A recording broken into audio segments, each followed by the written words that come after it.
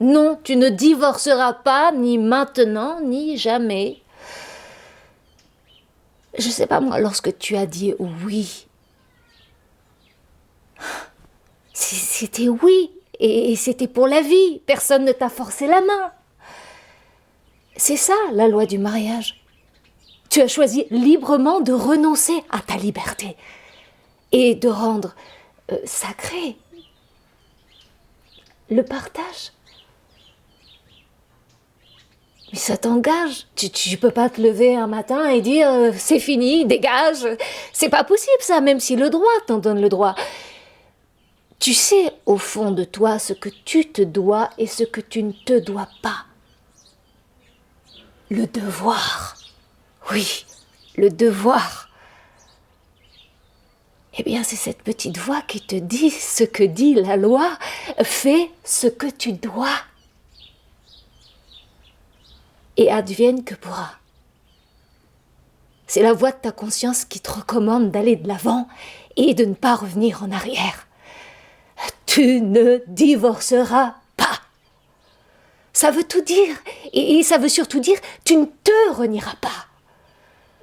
Tu ne renonceras pas à un combat que tu as juré de mener jusqu'au bout. C'est comme dit le poète, le dur désir de durer. Envers et contre tout. Oui, toi, tu as peut-être cessé de rêver, mais c'est pas une raison de crever celle qui a épousé ton rêve.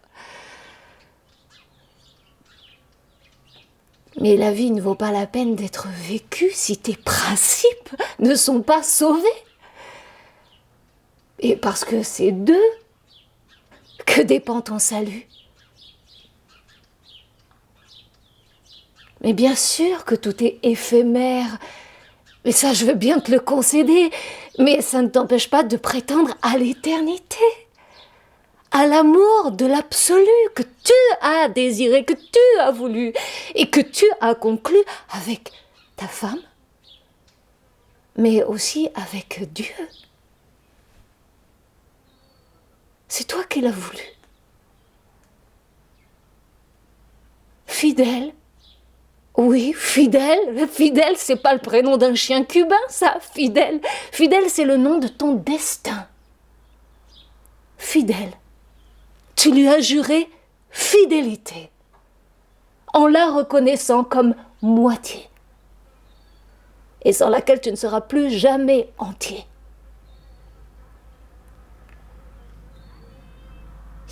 Écoute, tu veux vraiment que je te dise une parole qui va à contre-courant?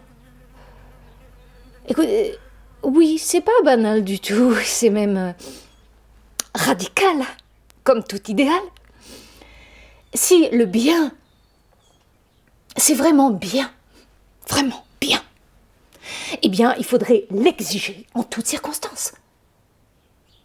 Et si le mal, c'est vraiment mal, il faudrait l'abroger en toutes circonstances, voire l'interdire, pour ne pas nuire ou devenir nuisible en exposant des contre-exemples, des faux modèles de mauvais décibels, comme le divorce,